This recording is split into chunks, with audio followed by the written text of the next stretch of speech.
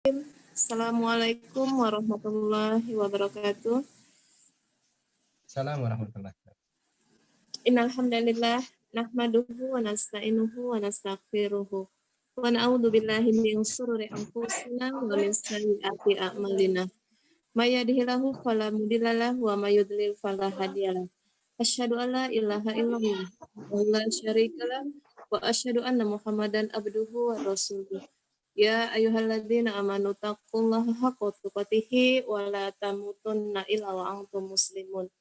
Ya ayyuhalladzina amanu wa qulu qawlan sadida yuslih lakum a'malakum wa yaghfir lakum dzunubakum wa may yuti'llaha wa rasulahu faqad faza fawzan adzima. Alhamdulillah bidimati hitati musoleha umahat kelas hadis yang senantiasa dirahmati oleh Allah Subhanahu wa taala. Pagi ini Allah masih terus memberikan kita nikmat iman, nikmat sehat, nikmat Islam, sehingga Allah masih terus pertemukan kita melalui kajian virtual ini. Salawat dan salam tak lupa kita hadirkan kepada Nabi kita, Nabi Muhammad Sallallahu Alaihi Wasallam, beserta keluarga, sahabat, dan para pengikutnya yang senantiasa istiqomah berjalan di atas sunnah beliau hingga yaumil akhir. Mahat, sebelum talim dimulai, mari sama-sama kita awali talim kita dengan membacakan basmalah. Bismillahirrahmanirrahim. Hari ini masuk ke hadis 1089, Ustaz. Oh iya. Iya, baik teman-teman, mari sama-sama kita hadirkan hati kita untuk menerima ilmu yang akan disampaikan oleh Ustaz Taqiyuddin. Tafadhol Ustaz.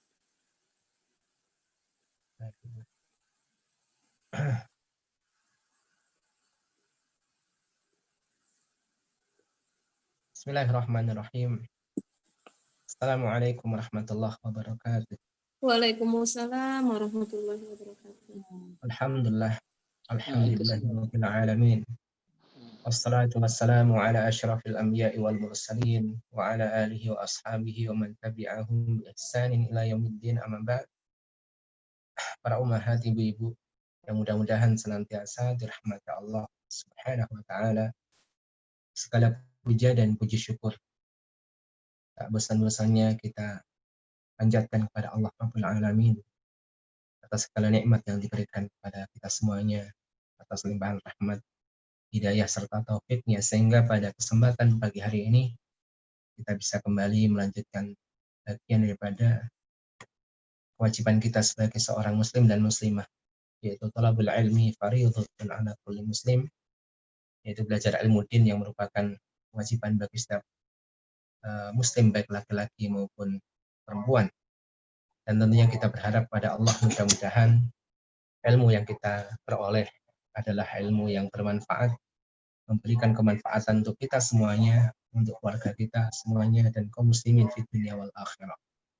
Kemudian salawat dan salam kita aturkan kepada junjungan kita, uswatun hasanah, suri tauladan kita, yaitu Sayyidina Muhammad sallallahu alaihi wasallam, dan mudah-mudahan juga tercurahkan kepada keluarga serta para sahabat dan seluruh pengikutnya yang setia di dalam menjalankan sunnah-sunnah beliau hingga hari kemudian. Para ummahat, ibu-ibu yang dirahmati Allah Subhanahu wa taala. Kembali kita akan membacakan hadis-hadis yang termaktub dalam kitab Al-Lu'lu' wal Marjan.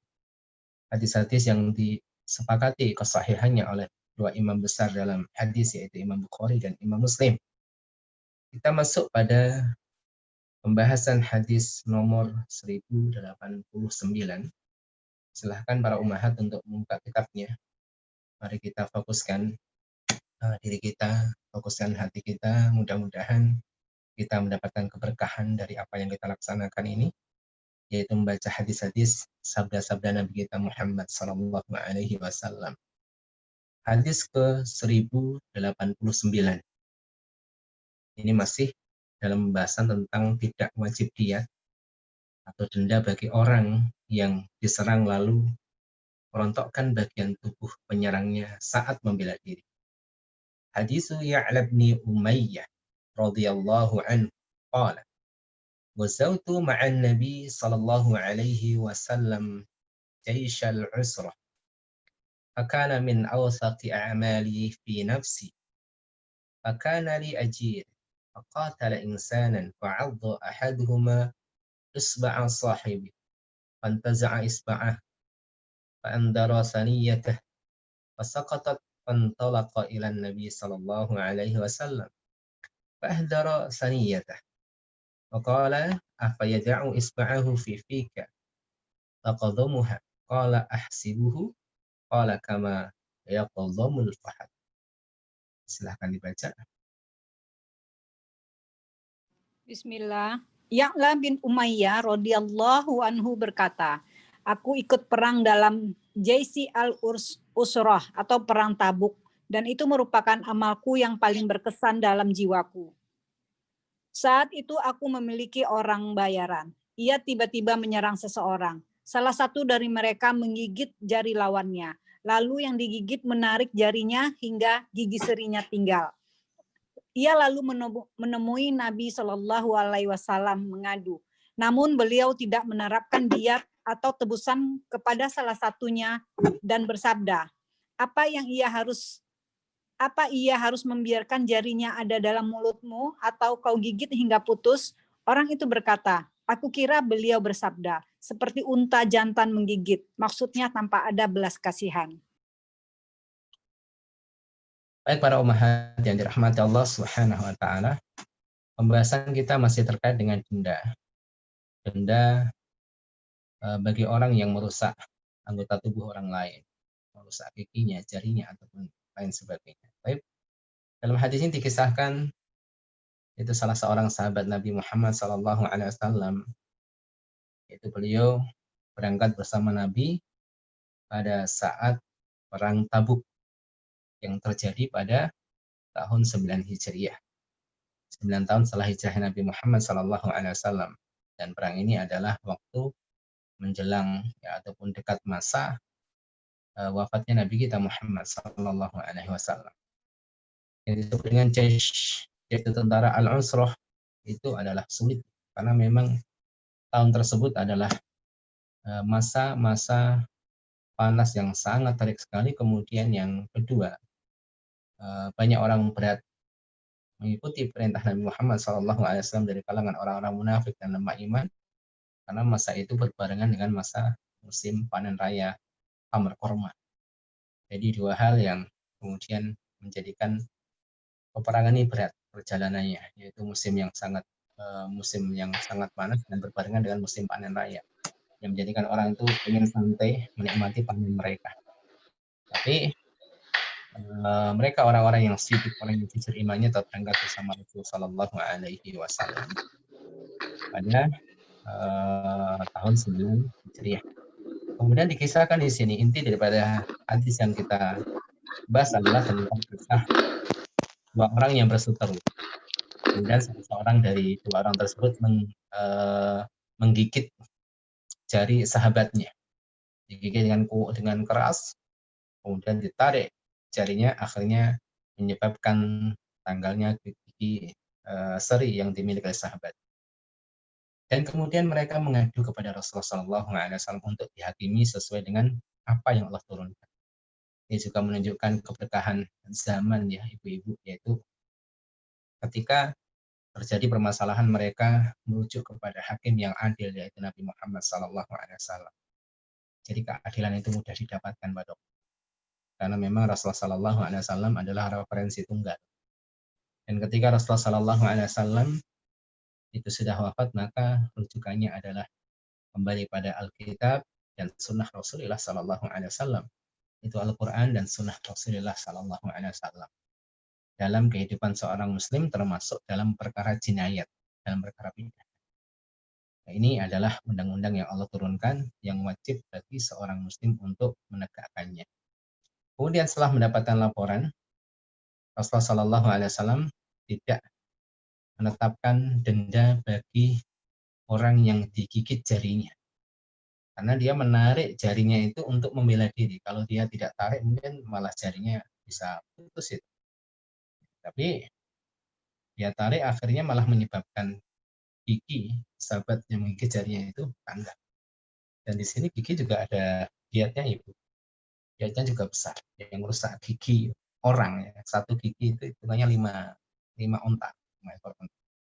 Kalau merusak 2 gigi orang berarti 10 onta atau senilai dengan 10 onta diatnya, jadi dendanya.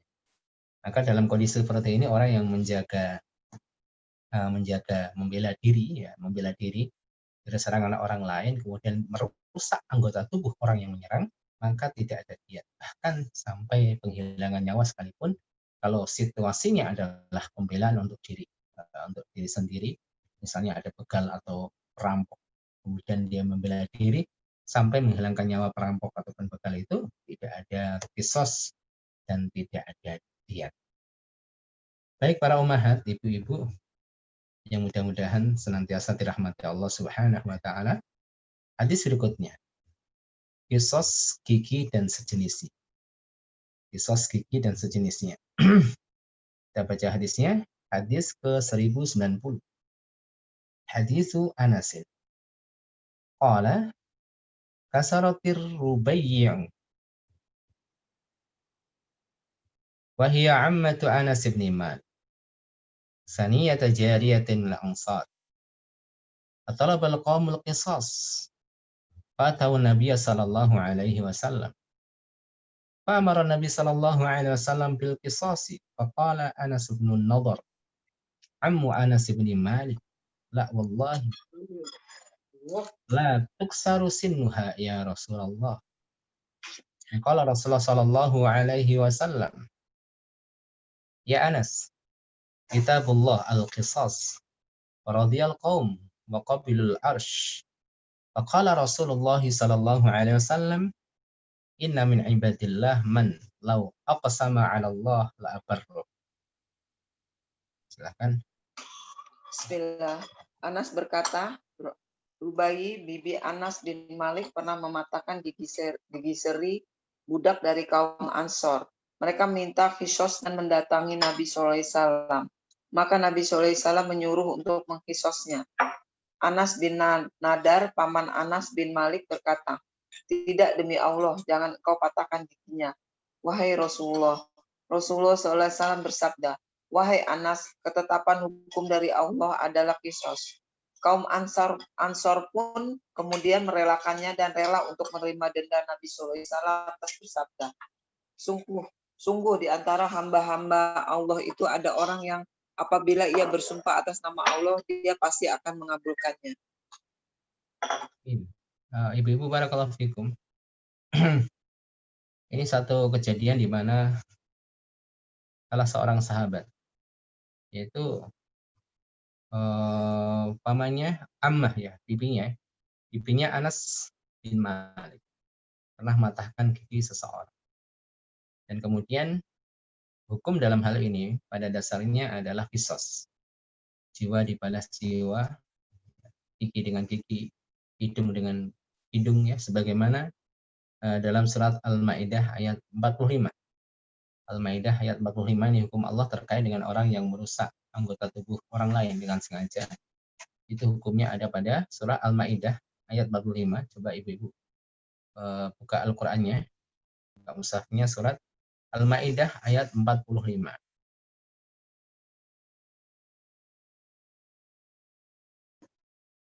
Al-Maidah ayat 45.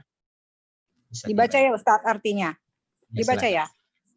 Kami telah menetapkan bagi mereka di dalam Taurat bahwa nyawa dibalas dengan nyawa, mata dengan mata, hidung dengan hidung, telinga dengan telinga, gigi dengan gigi, dan luka-luka pun ada kisosnya atau balasan yang sama. Barang siapa melepaskan hak kisosnya, maka itu menjadi penebus dosa baginya. Barang siapa tidak memutuskan perkara menurut apa yang diturunkan Allah, maka mereka itulah orang-orang zalim. Iya, ibu-ibu barakallahu fikum, dalam hukum pidana ada namanya kisos, yaitu pembalasan sesuai dengan amal perbuatan seseorang di dalam menghilangkan ataupun merusak anggota tubuh orang lain dengan sengaja. Maka ada kisos, jiwa dibalas dengan jiwa. Maka orang yang membunuh dengan sengaja, maka balasannya adalah dibunuh. Bahkan Umar bin Khattab radhiyallahu anhu itu pernah menjatuhkan kisos pada orang ya, satu kelompok besar, karena mereka sepakat membunuh seseorang. Ini maka hukumnya berat bagi orang yang menghilangkan nyawa orang lain, ya, apalagi adalah nyawa tersebut seorang muslim ataupun seorang mukmin. An-nafsu bin nafsi, jiwa dengan jiwa. Dan anggota tubuh yang lain itu wajib qisas. Orang yang merusak gigi orang lain, maka qisasnya adalah dirusak gigi. Kalau mematahkan gigi orang lain, maka dipatahkan gigi. Tetapi kalau misalnya dilakukan tidak sengaja ataupun dimaafkan oleh keluarga atau orang yang orang yang dirusak anggota badannya, maka gantinya adalah diyat. Diyat ini adalah sebagai denda bagi orang yang menghilangkan nyawa orang lain atau melukai sampai menghilangkan ataupun menjadikan anggota badan tidak berfungsi. Tidak hilang tapi tidak berfungsi. Ini juga ada hukumnya. Jadi anggota tubuh itu ada yang terdiri dari satu bagian, ada yang dua bagian atau lebih. Satu bagian utuh itu 100 ekor onta. Jadi misalnya anggota tubuh itu satu bagian berarti 100 ekor onta. Kalau dua bagian misal telinga berarti 50-50.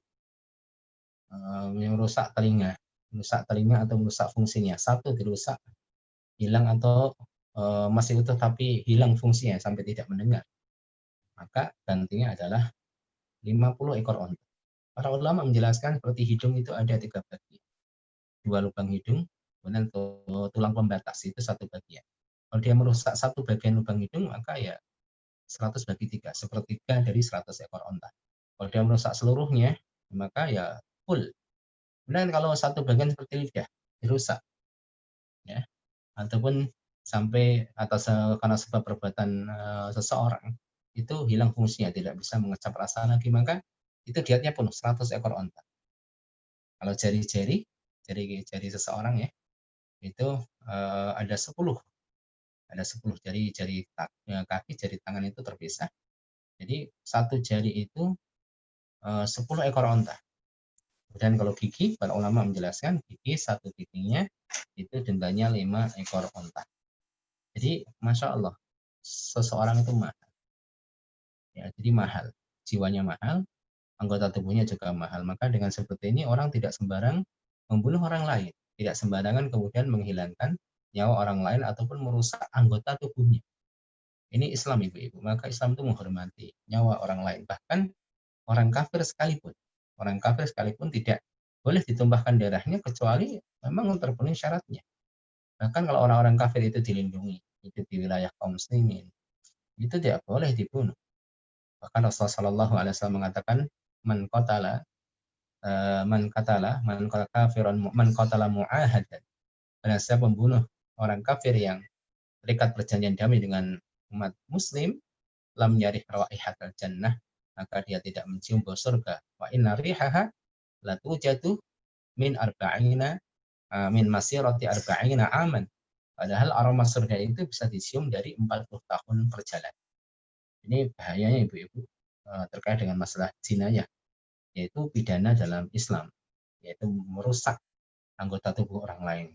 Makanya kalau orang tahu ilmu ini hati-hati, tidak sembarangan dengan mudah sepele akhirnya merusak tubuh orang lain. Nah karena itu kalau kita lihat orang Arab biasanya berantemnya tidak pukul-pukulan tapi bergulat gitu, ya, membanting gitu ya. Karena kalau pukul-pukulan itu potensi untuk merusak tubuh orang lain itu besar. Sama teman-teman dulu ya kalau bercanda ya bergulat. Kalau sampai pukul-pukulan itu potensi untuk merusak tubuh orang lain besar. Kena matanya, kena hidungnya jadi bengkok. Ya kena giginya rontok. Satu gigi sekian dietnya. Oleh karena itu, ibu yang dirahmati Allah, hendaklah kita berhati-hati dan juga mendidik anak kita senantiasa hati-hati. Bukan berarti tidak berani, tapi hati-hati. Ya, punya mental berani, tapi bukan berarti ngawur. Kemudian merusak hak-hak orang lain. Jadi badan ini adalah karunia Allah. Allah yang memberikan. Ada kemuliaannya, makanya Adam dan anak keturunannya itu tidak najis statusnya, baik dia masih hidup maupun sudah mati.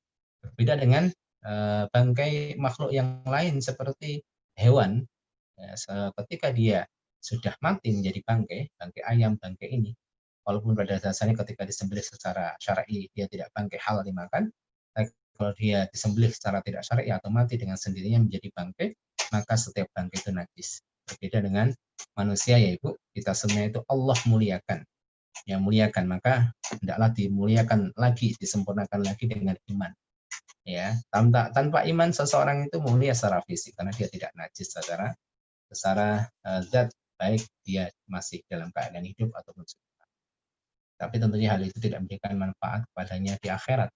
Kemuliaan badannya sebagai seorang anak keturunan Adam alaihissalam sama sekali tidak memberikan kemuliaan dia di akhirat ketika dia tidak menyempurnakan nikmat tersebut dengan iman dan Islam.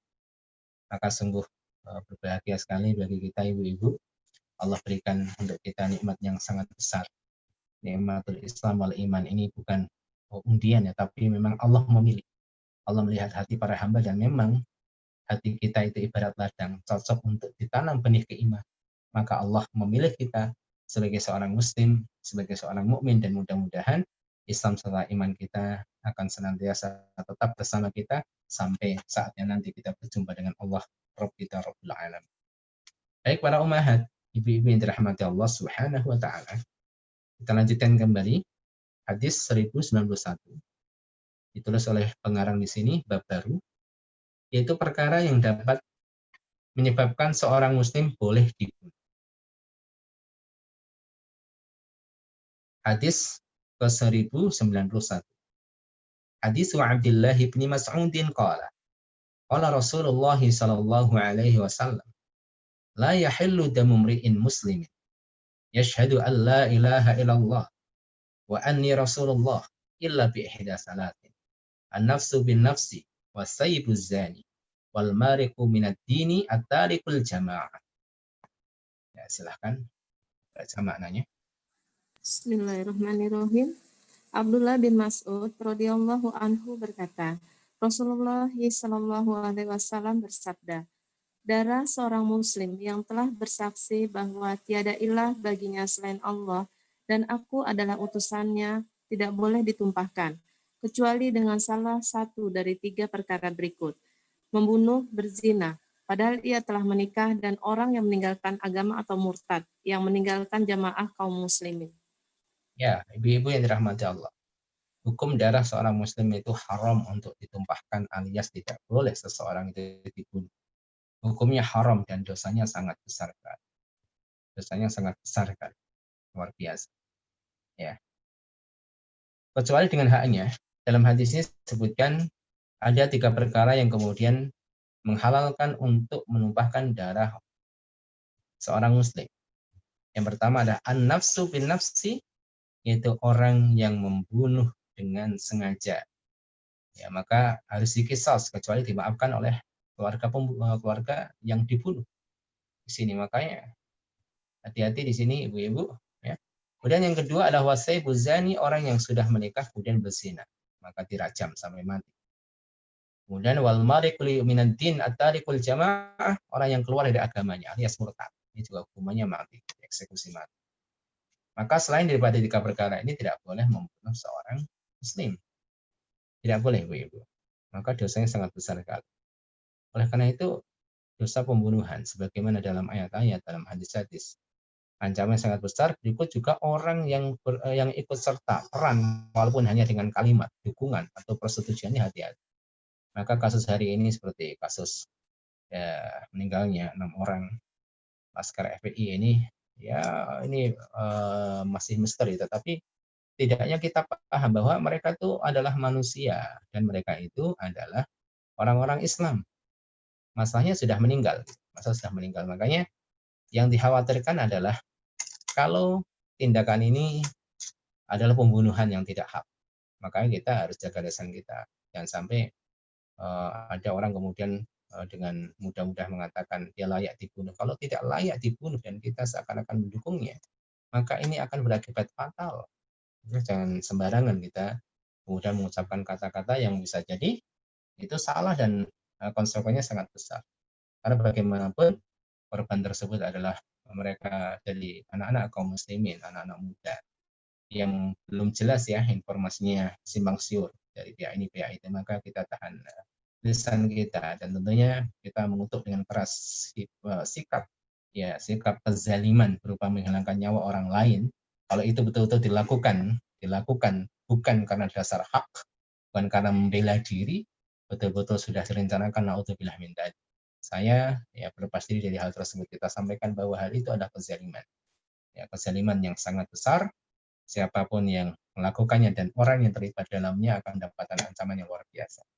Surat An-Nisa ayat 93 itu sangat jelas. Wa may yaqtul mu'minan muta'ammidan. Barang siapa yang membunuh seorang mukmin, satu orang saja, bukan 5, bukan 6. Wa may yaqtul mu'minan muta'ammidan, dengan sengaja, apalagi direncanakan dan sebagainya, itu berarti sengaja. Fajaza'uhu jahannam khalidan fiha. Maka balasannya adalah neraka jahanam, dia kekal di dalam. Bahkan Al-Imam Ibnu Abbas radhiyallahu anhuma berpendapat bahwasanya ayat ini berlaku secara zahir dan merupakan ayat yang tidak terhapus karena termasuk ayat-ayat yang terakhir turun kepada Rasulullah Shallallahu Alaihi Wasallam.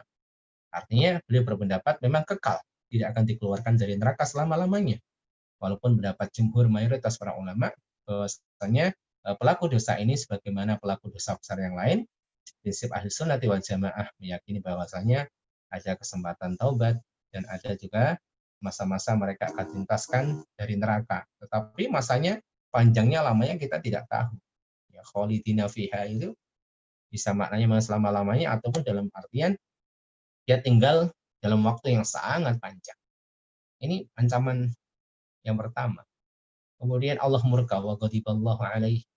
Allah murka, Allah melaknatnya. Wah, ini bahaya. Kalau yang murka itu manusia masih wajar. Ini yang murka adalah Allah yang memberikan kehidupan kepada manusia. Kemudian Allah melaknatnya. Laknat di sini artinya apa, ibu-ibu? Allah menjauhkan orang tersebut dari rahmatnya. Padahal orang itu masuk surga, modalnya adalah rahmat Allah. Amal-amal seseorang itu hanya sebagai apa? Sebagai sebab saja, ibu. Sebagai media saja, karena orang masuk surga ya harus punya amal. Tetapi dia itu diterima amalnya juga karena rahmat Allah Subhanahu wa taala. Tapi orang yang membunuh ini akan dijauhkan oleh Allah dari rahmatnya. Kemudian Allah siapkan bagi orang tersebut azaban azima, azab yang sangat besar. Ini ancaman bagi mereka orang yang menghilangkan nyawa orang lain. Makanya hati-hati ibu-ibu, nyawa seorang manusia itu hukum dasarnya haram. Sampai boleh ditumpahkan. Misalnya orang kafir sekalipun, tidak semuanya kemudian orang kafir ditumpahkan darahnya, halal darahnya, ada aturannya. Ada orang kafir harbi, kafir yang memerangi, ada kafir yang non harbi, ya. Apalagi hidup di daerah yang memang berdampingan dengan kita sepakat dengan satu aturan itu lain lagi nanti ibu-ibu. Apalagi kita berbicara dengan darah seorang muslim. Jangan sampai dengan alasan itu disuruh orang lain atau apapun itu, jangan sampai sebagai alasan untuk menghilangkan nyawa orang lain. Bahkan dalam keadaan mukroh, dalam keadaan terpaksa ini tidak berlaku. Jadi kalau dalam keadaan terpaksa itu tidak berlaku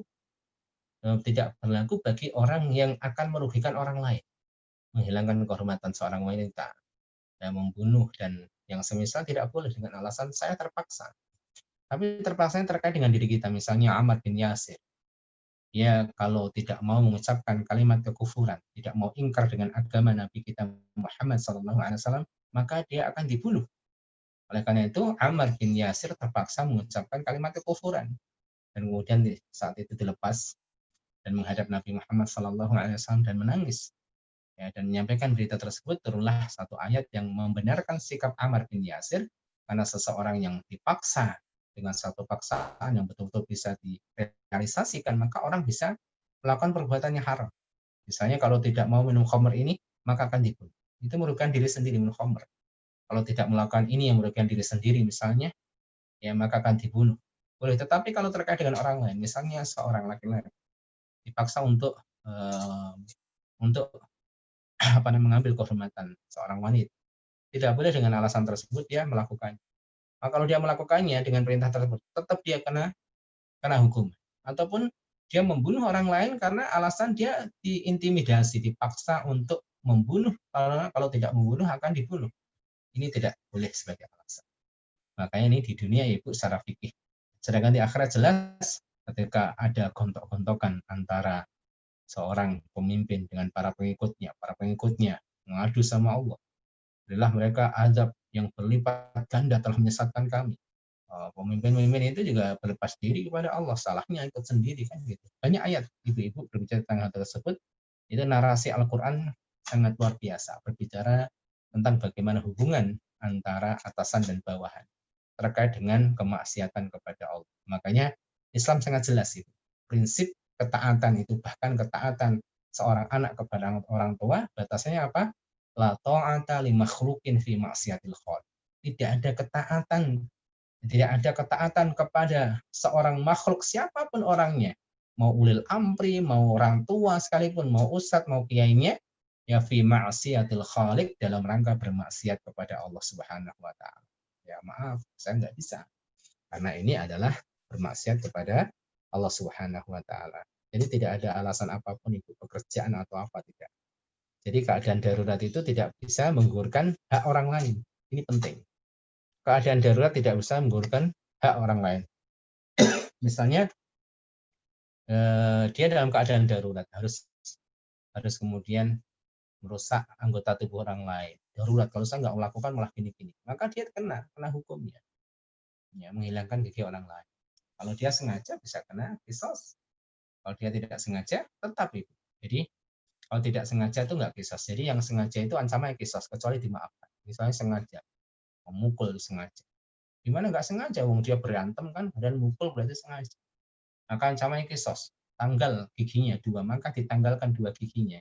Kalau korban dan keluarga korban tidak terima.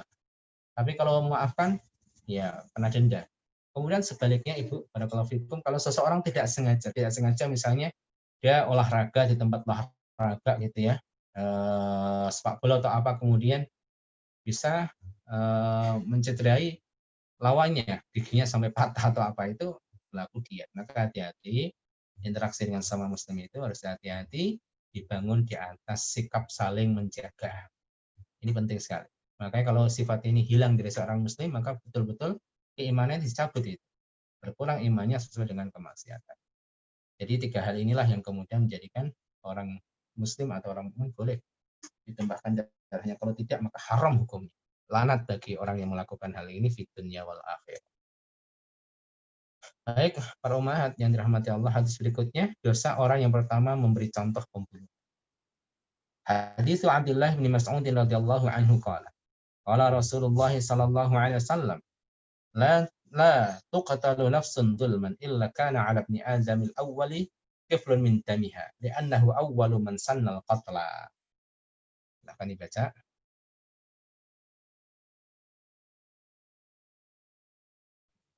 Bismillahirrahmanirrahim. Abdullah bin Mas'ud radhiyallahu anhu berkata, Rasulullah Shallallahu alaihi wasallam bersabda, tidak satu pun jiwa yang terbunuh secara zalim melainkan anak Adam yang pertama ikut menanggung dosa penumpahan darah itu, karena dialah orang pertama yang mencontohkan pembunuhan. Baik, Ibu-ibu, jadi pembunuhan Qabil terhadap Habil, salah satu anak Adam. Dosa pertama kali terjadi di muka bumi ini adalah pembunuhan. Ini menggemparkan. Jadi membunuh jiwa yang tidak hak. Maka setiap pembunuhan itu dosanya nyiprat ke pembunuh pertama kali. Ini juga menjadikan kita harus hati-hati ya Ibu. Disebutkan dalam hadis man sanna sunnatan hasanatan falahu ajruha wa ajru man amila biha. Barang siapa yang membuat, yang mengawali satu sunnah yang baik, misalnya dilupakan satu sunnah kemudian dia memulainya, atau membuat suatu perkara yang baik yang itu tidak dilarang oleh agama, kemudian diikuti oleh banyak orang, maka baginya pahala apa yang dia lakukan dan pahala bagi orang yang melakukannya. Jadi pahalanya mengalir terus. Tetapi sebaliknya man sanna sunnatan sayyi'atan falahu ajruha wa ajru man amila biha. Barang siapa yang kemudian membuat satu sunnah yang buruk, kebiasaan yang buruk, maka baginya adalah dosanya dan dosa orang-orang yang melakukannya. Hati-hati, ada dosa yang kemudian seperti amal kebaikan, ada amal kebaikan jariah, ada dosa keburukan yang sifatnya jariah. Maka hati-hati di situ Ibu, orang menyebarkan foto atau video yang tidak pantas dilihat, kemudian dilihat oleh banyak orang, 1000 orang yang melihat, maka masing-masing orang itu mendapatkan dosa atas perbuatannya, dan dosanya itu juga tertransfer kepada orang yang menyebarkan foto atau video. Dan ini berlaku untuk semua perbuatan baik dan perbuatan buruk. Makanya kita bersemangat ya ibu-ibu, satu kalimat, satu kebaikan kita sebar dengan mengharapkan ridho Allah, terus ikhlas kita tanamkan pada diri kita. Itu menjadikan apa? Terbukanya peluang. Kita menjadi miftahul khair, menjadi kunci-kunci pembuka ya gudang-gudang yang menyimpan kebaikan. Tapi sebaliknya kalau orang tidak hati-hati, apalagi pada masa-masa zaman penuh fitnah ini, di mana media-media, masya Allah, informasi teknologi luar biasa, orang-orang ya disuguhkan dengan sosial media ya, media-media sosial yang betul-betul terbuka lebar. Orang bisa menulis, orang bisa berbicara, yang kemudian bisa didengar oleh banyak orang lain, maka harus hati-hati. Baik ibu-ibu, jadi ini dosa terkait dengan pembunuhan. Jadi nyawa seorang manusia itu sangat berharga, lebih-lebih adalah nyawa seorang mukmin. Dan kemudian hadis ini mengajarkan sekali lagi untuk supaya kita semangat menjadi kunci pembuka kebaikan, jangan sampai kita menjadi kunci pembuka untuk keburukan-keburukan. Jadi membuat sunnah yang baru, kebaikan, artinya sunnah di sini maknanya bisa jadi sunnah Nabi yang ditinggalkan oleh masyarakat kemudian kita hidupkan, ataupun kita membuat satu perbuatan amal kebaikan yang tidak ada contoh langsung dari Nabi tapi tidak ada larangan, kemudian diikuti oleh banyak orang. Itulah kebaikan yang insya Allah akan mengalir pada orang yang membuat sunnah tersebut. Dan sebaliknya juga orang yang membuat keburukan dan diikuti oleh banyak orang, maka baginya dosa yang dia lakukan dan dosa-dosa orang-orang yang mengikutinya. Baik, kemudian hadis berikutnya ibu-ibu 1093. Perkara pembunuhan adalah perkara yang pertama kali diberi putusan pada hari kiamat. Hadis Abdullah bin Mas'udin radhiyallahu anhu qala. Radhiyallahu anhu qala Nabi sallallahu alaihi wasallam awwalu ma yuqda bainan nasi bid-dima. Silakan dibaca ibu-ibu.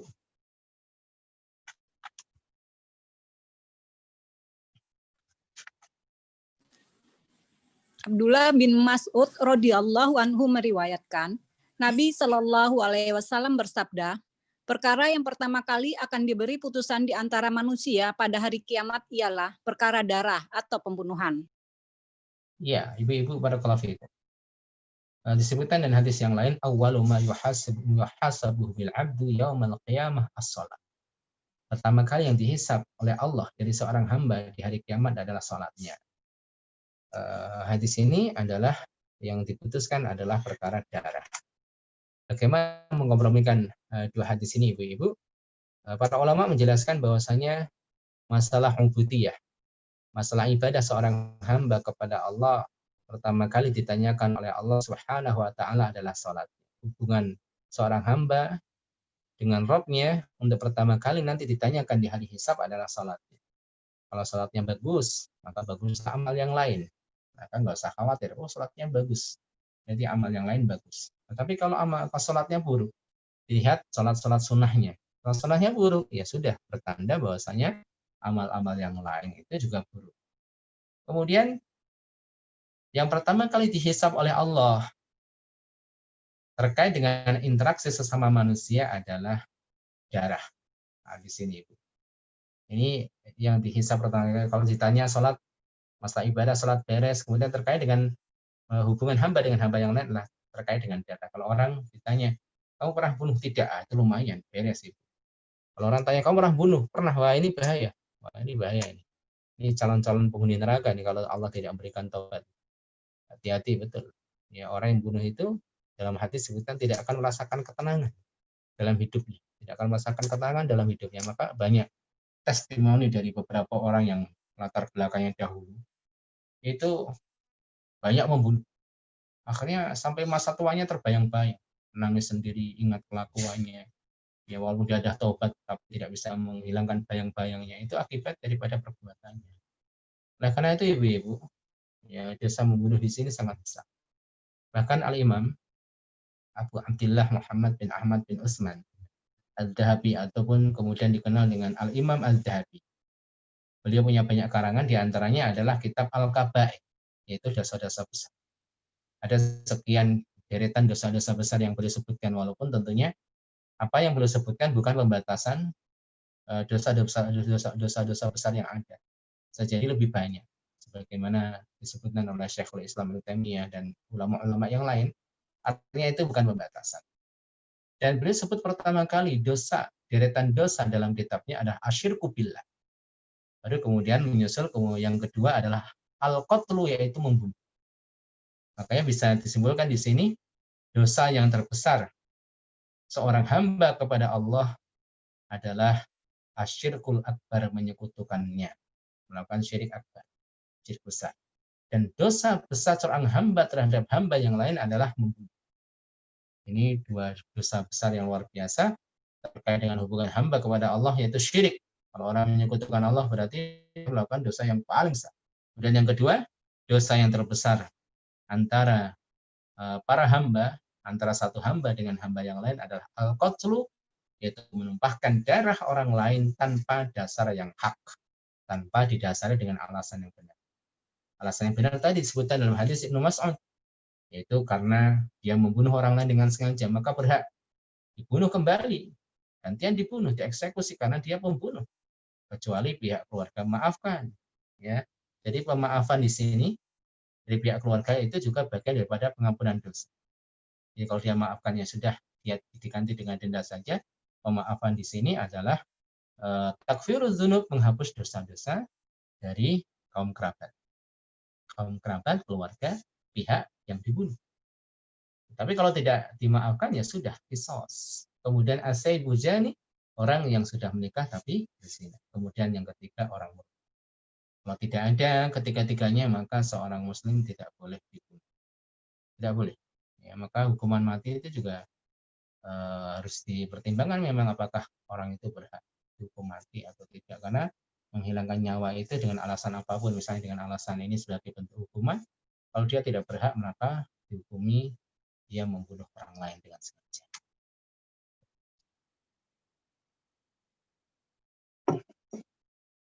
Kemudian hadis berikutnya, pengharaman tegas atas pelanggaran terhadap darah, nyawa, maksudnya kehormatan dan harta. Hadis 1094. Hadisnya cukup panjang ibu-ibu, kita baca pelan-pelan. Hadisu Abi Bakrata 'anin Nabi sallallahu alaihi wasallam qala: Az-zamanu qad istadara kahayati yauma khalaqas samawati wal arda. As-sanatu 12 syahran minha arba'atul hurum, thalathatul mutawaliyat, dzul qa'dah wa dzul hijjah wal muharram wa rajab mudhar alladhi baina jumadai wa sya'ban. Ay syahrin hadha qulna Allah wa rasuluhu a'lam, fasakata hatta dhananna annahu sayusammihi bi ghairi ismihi, qala alaysa dzul hijjah, qulna bala, qala fa ayu baladin hadha, qulna Allah wa rasuluhu a'lam, fasakata hatta dhananna annahu sayusammihi bi ghairi ismihi, qala alaysa al-baldah, qulna bala, qala fa ayu yawmin hadha, qulna Allah wa rasuluhu a'lam, fasakata hatta dhananna annahu sayusammihi bi ghairi ismihi, qala alaysa yawman nahr, qulna bala, qala fa inna dima'akum wa amwalakum, qala Muhammadun ahadu rijalis sanad wa ahsibuhu, qala wa a'radakum alaikum haramun ka hurmati yaumikum hada fi baladikum hada fi syahrikum hada wa satalqawna rabbakum fa sayas'alukum an a'malikum ala fala tarji'u ba'di dhalalan yadribu ba'dukum riqaba ba'din ala liyuballigh asy-syahid al-ghaib wala'ala ba'da man yuballighu ay yakuna alahu min ba'di man sami'ahu, fakana Muhammadin idza dzakarahu yaqul sadaqa Muhammadun sallallahu alaihi wasallam qala ala hal balagtu marratain. Silakan dibaca. Bismillahirrahmanirrahim. Abu Bakar radhiyallahu anhu meriwayatkan dari Nabi sallallahu alaihi wasallam yang bersabda, waktu berputar seperti keadaan ketika Allah menciptakan langit dan bumi. Tahun terdiri dari 12 bulan. 4 diantaranya adalah bulan suci, 3 berurutan yaitu Zulqaidah, Zulhijjah, dan Muharram. Dan yang keempat adalah Rajab, yang dinamai sebagai penghormatan terhadap suku Mudar yang terletak di antara bulan Jumadah, Saniyah, dan Sya'ban. Kemudian Nabi Shallallahu Alaihi Wasallam berkata, bulan apa ini?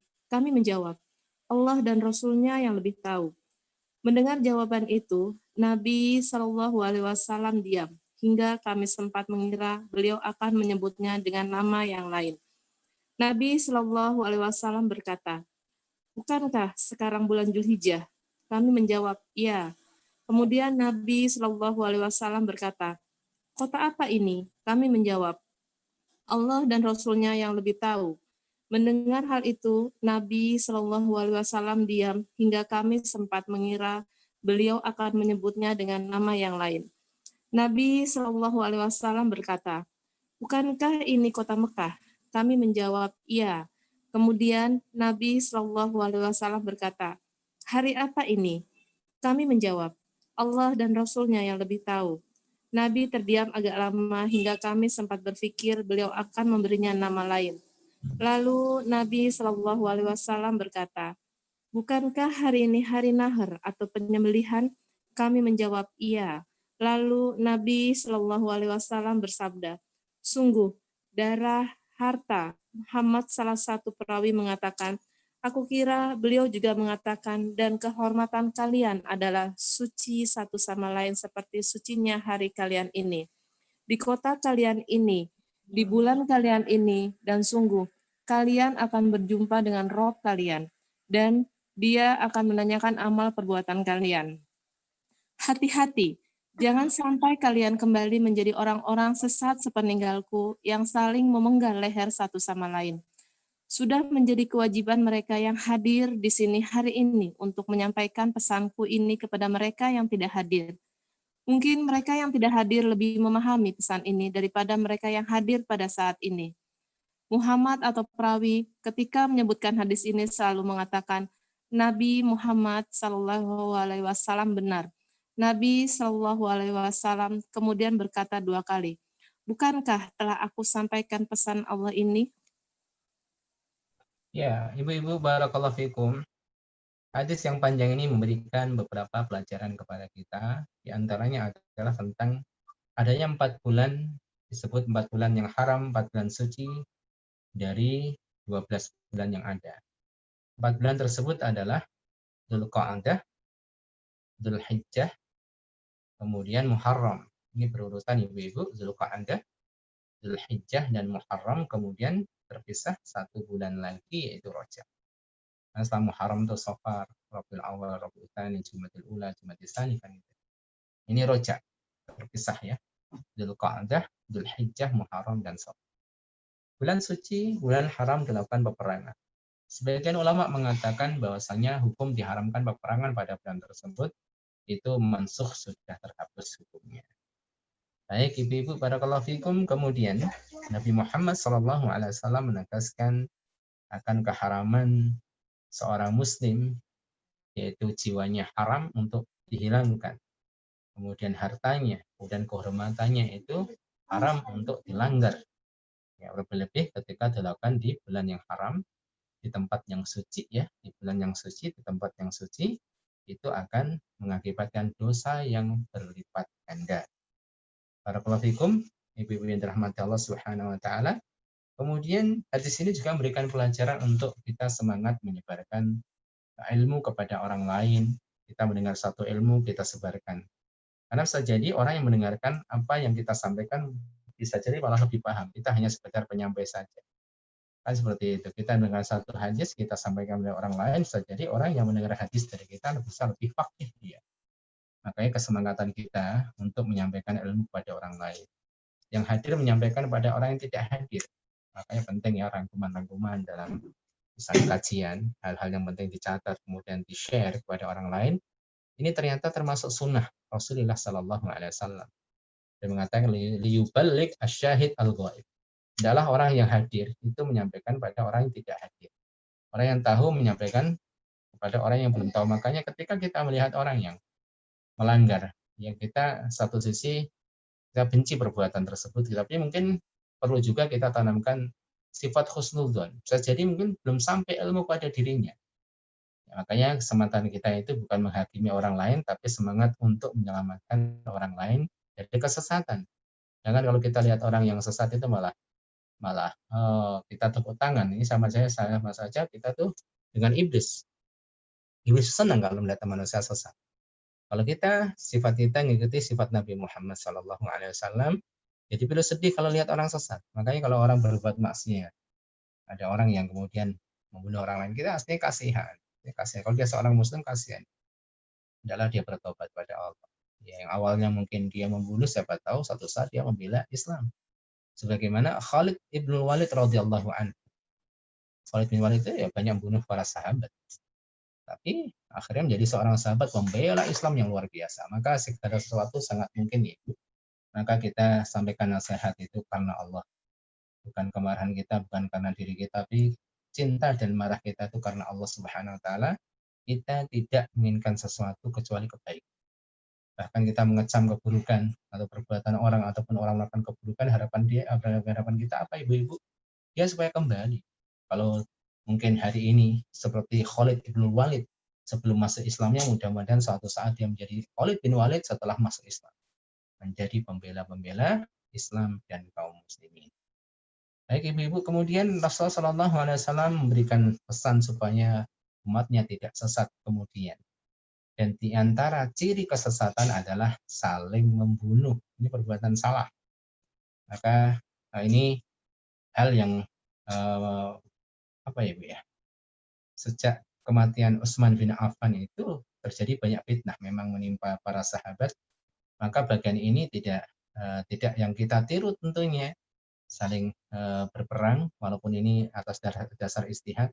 Tentunya kita tidak menghakimi, tetapi tentunya adalah yang maksum adalah Rasulullah SAW.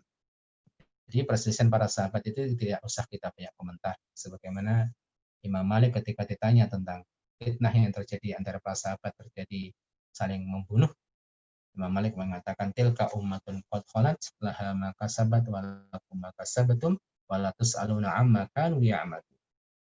Jadi itu adalah umat yang sudah berlalu, baginya amalnya, bagi kalian amal kalian, dan kalian tidak akan ditanya tentang perbuatan mereka. Nggak usah kita selalu ribet ya dalam menyikapi generasi awal umat ini terkait dengan fitnah yang ada pada mereka, karena ini sudah dinaskan ya. Bahkan bukan di awal jadi kematian Utsman, bahkan Umar bin Khattab akan disebut dalam hadis oleh Hudzaifah al-Yaman cerita tentang Rasulullah SAW. Jadi Rasulullah sudah mengabarkan bahwasanya palang pintu penghalang supaya fitnah tidak merebak itu adalah Umar. Maka pintu itu akan dirusak. Artinya memang Umar itu akan dibunuh itu sudah dinubuatkan oleh Nabi. Umar itu akan dibunuh. Maka ketika palang pintu itu akan rusak, maka fitnah itu tidak akan berhenti selama-lamanya sampai hari kiamat. Jadi kasus saling membunuh itu antara orang Islam akan senantiasa ada. Itu sudah dinaskan. Fitnah luar biasa, malapetaka. Di antara malapetaka yang besar adalah umat Islam saling membunuh kesamanya. Jadi Rasulullah minta beberapa kepada Allah dan dikabul. Minta supaya umat ini tidak dihancurkan sebagaimana umat sebelumnya. Kalau umat sebelumnya itu, ibu-ibu, kalau dihancurkan totalitas, massal, dibinasakan massal. Maka Allah kabulkan, umat ini nggak akan dibinasakan massal. Tiba-tiba umat Islam habis kena angin, tofan, atau karena banjir, bandang, semuanya habis nggak. Andaikan menimpa satu wilayah, maka wilayah yang lain tidak akan tertimpa. Seperti itu sunnahnya. Ini adalah pengabulan dari Allah atas dosa Nabi.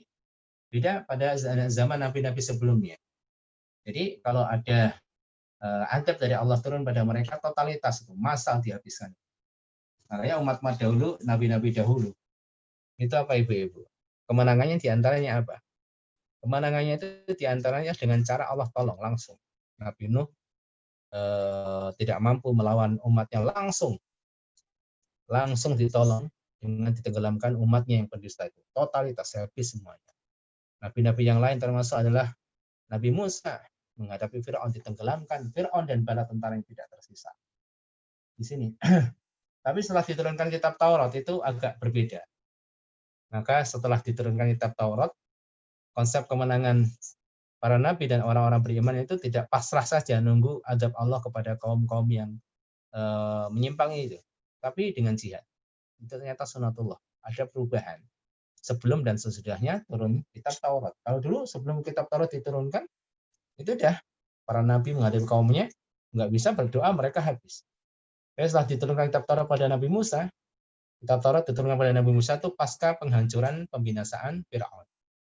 Itu ketika Nabi Musa memerintahkan kaumnya. Jadi mereka itu sudah selamat dari Fir'aun, mampir ke beberapa tempat, sampai ada kasus penyembahan patungan Asabi dan lain sebagainya panjang.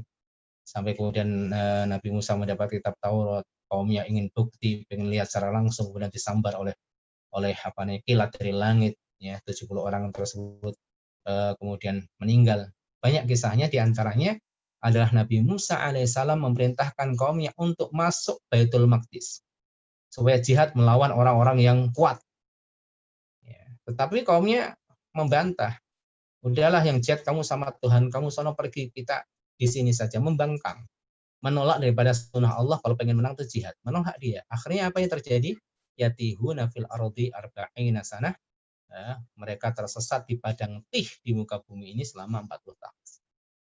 Ya, makanya setelah diturunkan kitab Taurat sampai akhir zaman nanti, sunnah kemenangan itu memang melawan itu. Enggak berpangku tangan. Ya, tidak berpangku tangan. Ya, sunnahnya memang mau lawan. Sampai pada zaman Nabi Isa, ketika Nabi Isa menegaskan kaumnya untuk melakukan perlawanan, banyak umatnya meninggalkannya. Akhirnya dikuasai oleh bangsa Romawi dan bangsa Yahudi. Makanya umat Nabi Muhammad sendiri, kemenangannya itu tidak kemudian Allah menurunkan adab pada kafir-kafir itu. Ya, dengan secara langsung, tidak. Nabi Muhammad berdarah-darah. Makanya dengan jelas Nabi Muhammad mengatakan, idza tabaya'tum bil 'ainah wa taba'tum adnabal faqr wa raditum bi zar'i wa taraktumul jihad sallallahu alaikum dzullan. Kalau kalian itu sudah jual beli dengan riba, kemudian mengikuti ekor-ekor sapi, kemudian senang dengan pertanian, meninggalkan jihad, maka Allah akan timpakan pada kalian kehinaan. Maka prinsipnya memang melakukan jihad lawan. Dengan jihad yang kita mampu, jihad harta, jihad lisan, jihad fisik, ya. Nah, jihad apapun, tangan kita, pena kita bisa jadi bagian daripada jihad. Ya, suara kita bagian daripada jihad. Sesuaikan dengan kondisinya. Ya, menjihati orang-orang musyrik, menjihati orang-orang kafir, dan menjihati orang-orang munafik. Menjihati orang-orang zalim. Dengan jihad dan polanya yang bermacam-macam. Makanya ibu-ibu, jihad itu tidak akan berhenti sampai perang itu usai. Hatta tadu al-harbu awzaruh. Surat Muhammad ayat 4 itu. Makanya perang usai itu ditafsirkan oleh Imam Mujahid, artinya sampai umat terakhir di akhir zaman bersama Imam Mahdi dan Isa di dalam memerangi Dajjal. Jadi memang intinya harus ada action, nggak boleh berpangku tangan hanya doa saja, itu nggak boleh. Ibu-ibu tahu kan hadis-hadis yang bicara tentang Nabi Isa alaihissalam.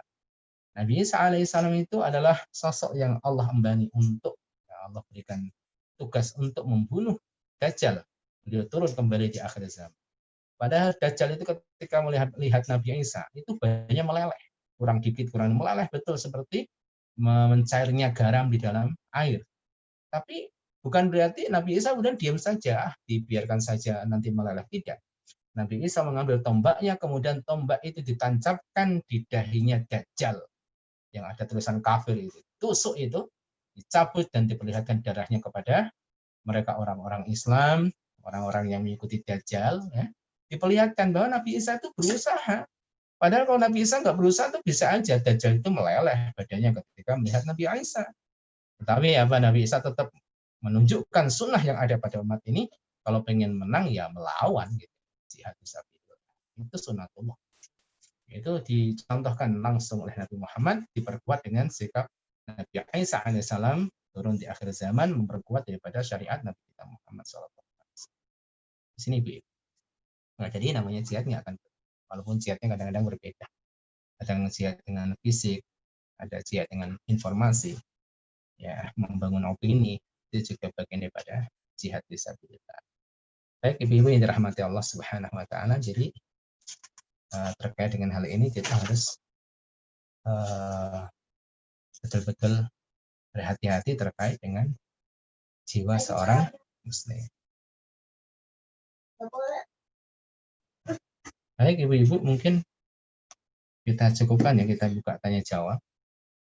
Kita berhenti pada hadis 1095.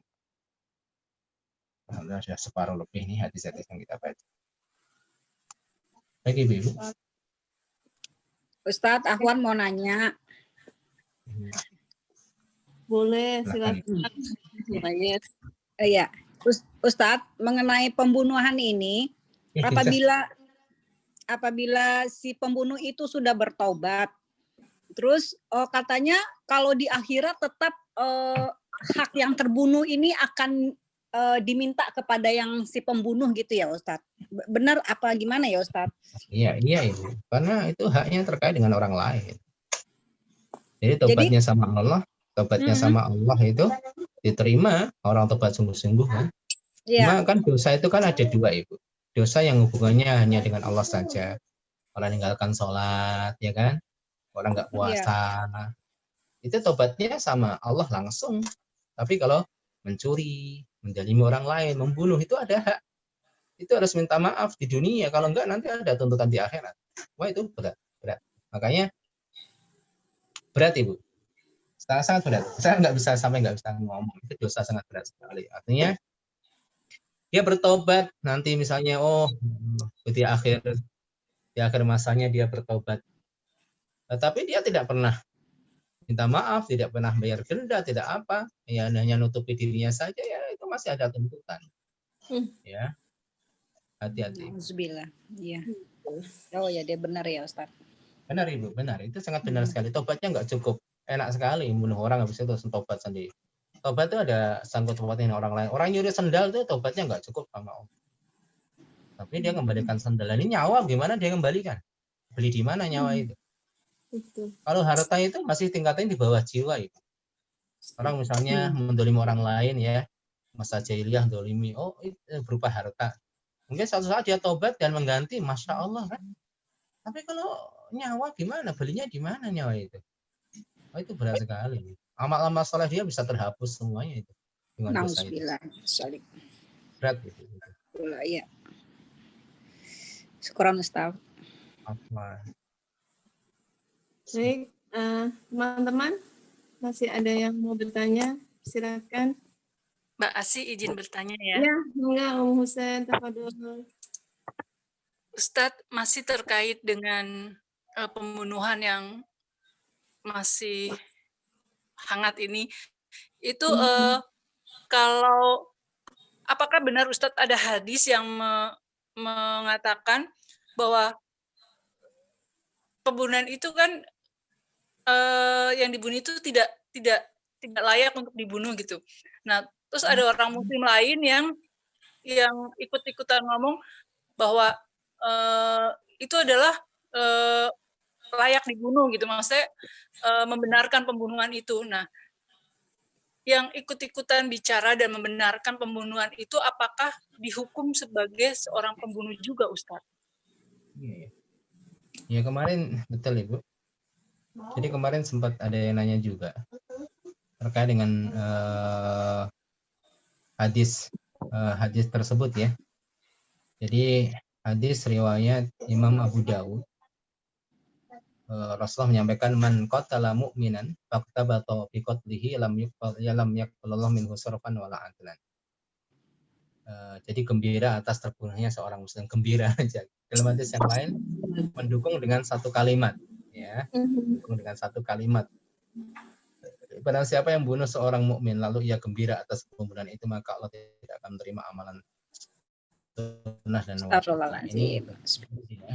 Kemudian dalam hadis yang lain itu walau bisyarti kalimah, walaupun dia itu mendukung dengan satu kalimat, itu maka dosanya ya sama dengan pembunuh. Maka hati-hati. Dan hadis-hadisnya sah. Kita lihat hadis-hadisnya sah. Astagfirullahaladzim.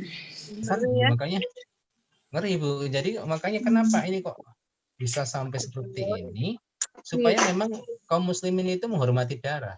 Makanya ibu-ibu kita belum memastikan atau belum memastikan, artinya ya biarlah nanti coba kita lihat gitu ya. Walaupun mungkin ada kesimpulan, sudah ada kesimpulan dari diri kita, tapi kita lihatlah gitu kan.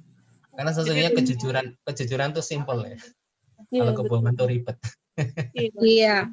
Panik sendiri Ustaz. Kejujuran itu Kalau nggak simpel paham, banget. Udah makan belum gitu kan? Sudah gitu kan, jujur itu. Kamu udah makan. Kalau dia belum makan, tanya, udah makan belum?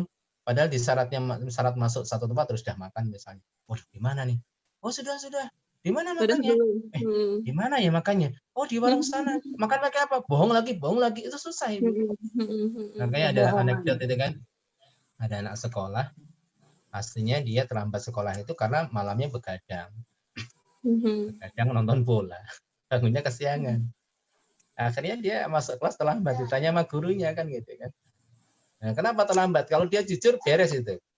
Maaf Pak, tadi malam saya begadang nonton bola, bangun kesiangan. Udah beres kan, mungkin dikasih hukuman apa. Coba kalau dia bohong Ibu, ribet itu.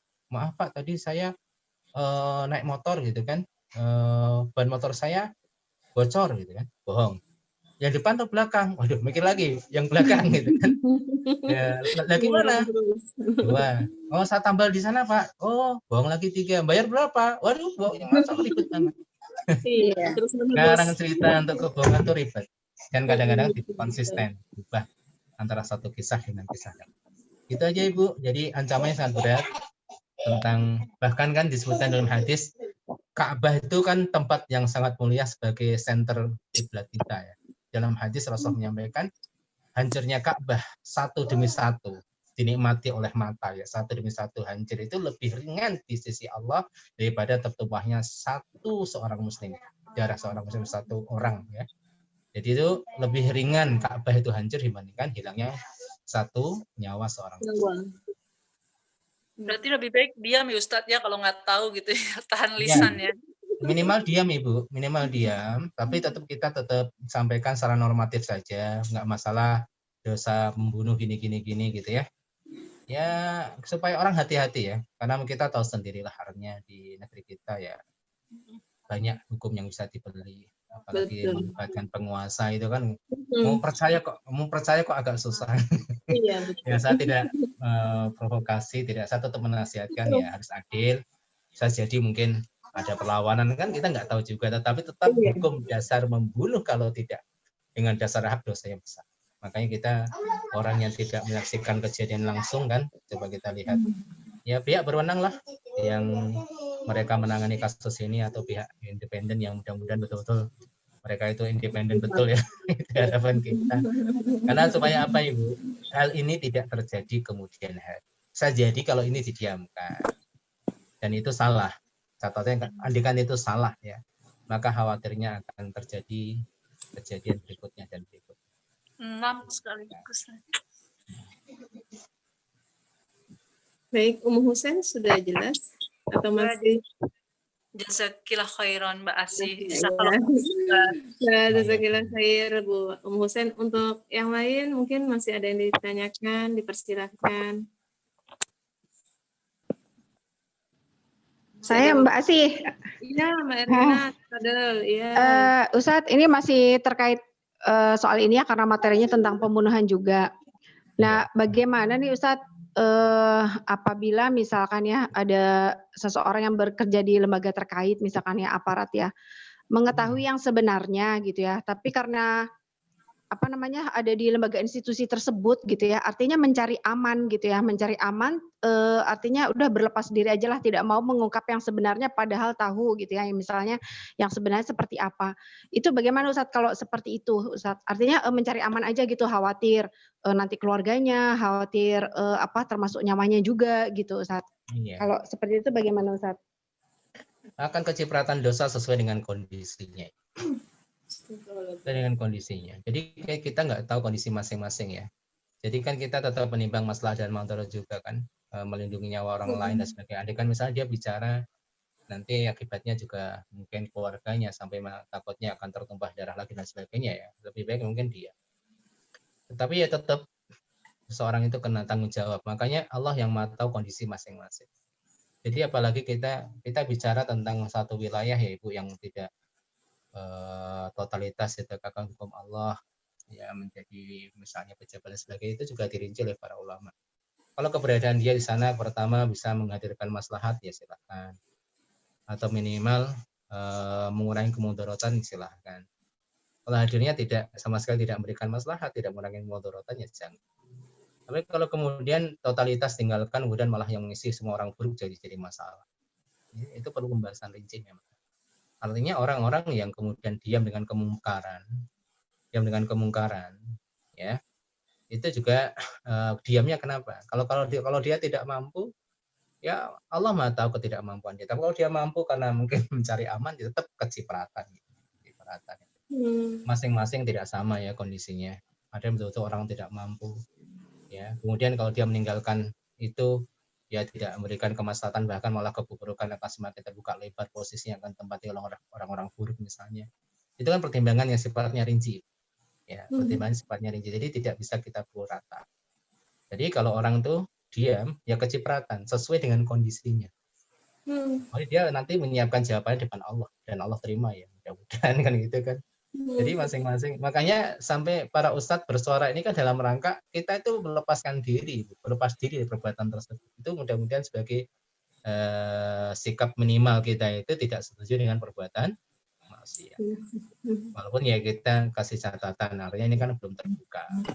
Kita garis bawahi, andaikan itu memang dilakukan, bukan atas dasar yang benar, ya betul-betul kita berlepas diri. Nah, untuk masalahnya kan gini, Ibu. Dalam masalah hudud pun, kita tadi sedikit bahas, nanti kita lanjutkan masalah hudud zina, mencuri, nisab-nisabnya, perbedaan para ulama tentang nisab mencuri, kapan dipotong, kapan tidak. Kita bahas secara, ya karena pembahasan hadis bukan fikih ya, sedikit global ya. Jadi ada sebuah hadis, fadra'u al-hudud bisyubhat. Hudud itu bisa ditangguhkan karena masih ada syubhat. Misalnya gini, Ibu. Potong tangan, dipotong nggak ya? Orang berbeda pendapatnya gini. Tunggu dulu. Ya, karena masih ada syubhat nih. Kenapa, Ibu? Kalau tangan sudah kepotong, itu kan nggak bisa dikembalikan. Ternyata enggak. Nah, kalau sudah terpotong, sama dengan penghilangan nyawa. Nyawa itu jangan dihilangkan. Misalnya, orang itu dijatuhi hukuman mati. Kemudian ada ternyata saksi berikutnya. Kayaknya mereka nggak sengaja deh. Ada siksa lagi. Oh, sengaja. Tangguhkan. Padahal jadwalnya hari Kamis, eksekusi mati. Itu harus ditangguhkan. Sampai betul-betul jelas. Jangan sampai hari Kamis ya jatuh hukuman mati, ya mati. Udah titik. Nggak ada lagi diganggu-gugat. Akhirnya dijatuhkan hukuman mati. Hari Ahadnya banyak saksi yang menguatkan dia bunuh tidak sengaja. Udah maaf. Akhirnya minta maaf. Tapi kan nyawanya gimana? Balik nggak? Nah di situ, Ibu. Makanya kan nggak boleh. Sesuatu yang belum jelas. Makanya kenapa seseorang dihilangkan nyawanya itu dipastikan dulu. Jangan asal main nanti baru dibuktikan salah atau enggak. Itu sudah tindakan yang pas. Karena nyawa sudah terlanjur melayang. Yang bisa balik artinya, kita bisa bayangkan betapa perih keluarganya ya. Anak kita itu dijailin orang aja. Ya pulang-pulang nangis ya sakit hati kita. Kita bisa bayangkan itu. Kok sampai kemudian anak yang dirawat dari kecil, Masya Allah, apalagi anak-anak yang menjadi kebanggaan dia, nyawanya dihilangkan tuh, Masya Allah. Itu, Ibu. Jadi kita ya berbelasungkawa kepada keluarga ya, tentunya mudah-mudahan Allah berikan kesabaran. Amin. Ya Allah. Ya. Baik, Umma Hafillah, masih ada yang mau bertanya? Kalau memang masih ada bertanya, dipersilakan. Mbak Asih, maaf, ini ada titipan pertanyaan, masih boleh? Silakan Ummu Husain. Gini Ustadz, tapi masalahnya beda, masalah hutang.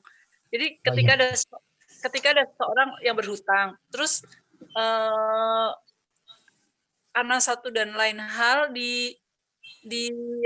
mungkin nggak bayar atau apa saking keselnya gitu, akhirnya ya udahlah diikhlasin gitu. Nah, kalau udah seperti itu, apakah di akhirat udah lepas ini tanggung jawabnya atas hutang tersebut?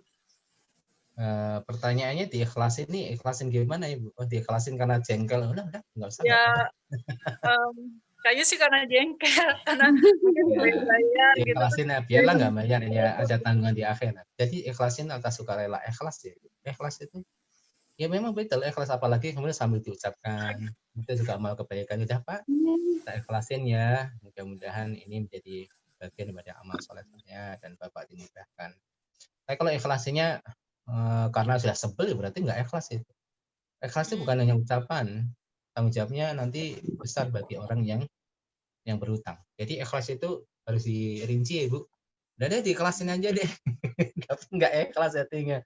Karena sudah capek gitu kan, itu nggak ikhlas. Tapi kalau betul-betul diikhlaskan, karena memang dia kesulitan membayar, diikhlaskan, artinya diikhlaskan betul sudah ikhlas lah gitu ya. Ikhlas itu kan berarti yang atas keridhaan ya, maka insya Allah tidak ada beban lagi bagi orang yang Gitu. berhutang. Tapi kalau dari ikhlas lisannya, tapi ya sudah karena jengkel itu nggak ikhlas Ibu, jadi masih ada tanggungan bagi orang yang Oh ya baik. Jadi sampai kalau nanti ada hisab berikutnya ya Ibu, artinya gini, di akhirat nanti tetap, jadi orang-orang mukmin itu akan ditanya. Artinya nanti di kontor, ada tempat namanya kontor. Kontor itu penghujung sirat. Jadi kisos macam-macam saling membalas itu kan ada dua fase. Pertama di padang mahsyar, itu antara orang kafir, mukmin, binatang dengan manusia, binatang dengan binatang, itu dikisos di mahsyar. Kemudian nanti ada masa menyeberangi sirat, sedangkan orang kafir biasanya nyebrang sirat nyemplung langsung gitu kan. Nah, sirat itu jalan yang lurus membentang di atas neraka dan di penghujungnya ada kontor. Jadi ketika nyampe sirat, nyebrang sirat, wah udah seneng-senengan. Sebelum masuk surga itu dibersihkan supaya ketika masuk surga nggak ada rasa dengki, rasa ini, dibersihkan semuanya. Nah, itulah berlaku kisos di situ. Oh, saya dulu dipukul si fulan, gimana kamu maafin nggak gitu kan? Yaudah maaf, bebas. Kamu dulu punya hutang si fulan kan, gimana? Saya nggak terima ya Allah gitu kan. Akhirnya diambil kebaikannya. Kalau kebaikannya itu habis, baru dilemparkan ke neraka lagi, balik lagi dia. Itu narasinya seperti itu. Baik. Baik, jazakallahu khairan Ustaz. Waalaikumsalam. Berarti intinya harus benar-benar ikhlas ya Ustadz. Kalaupun itu tidak ada gundalan di hati ya. Ya sudah harus ikhlas ya intinya ya. Jadi kalau memang karena terpaksa juga tidak boleh juga ya. Baik Ummahat, masih ada yang bertanya? Kalau sudah tidak ada, bisa dicukupkan. Masih ada yang mau tanya?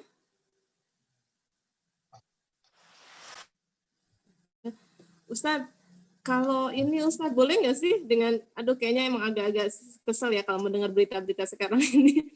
Boleh nggak sih dengan kejadian seperti ini loh.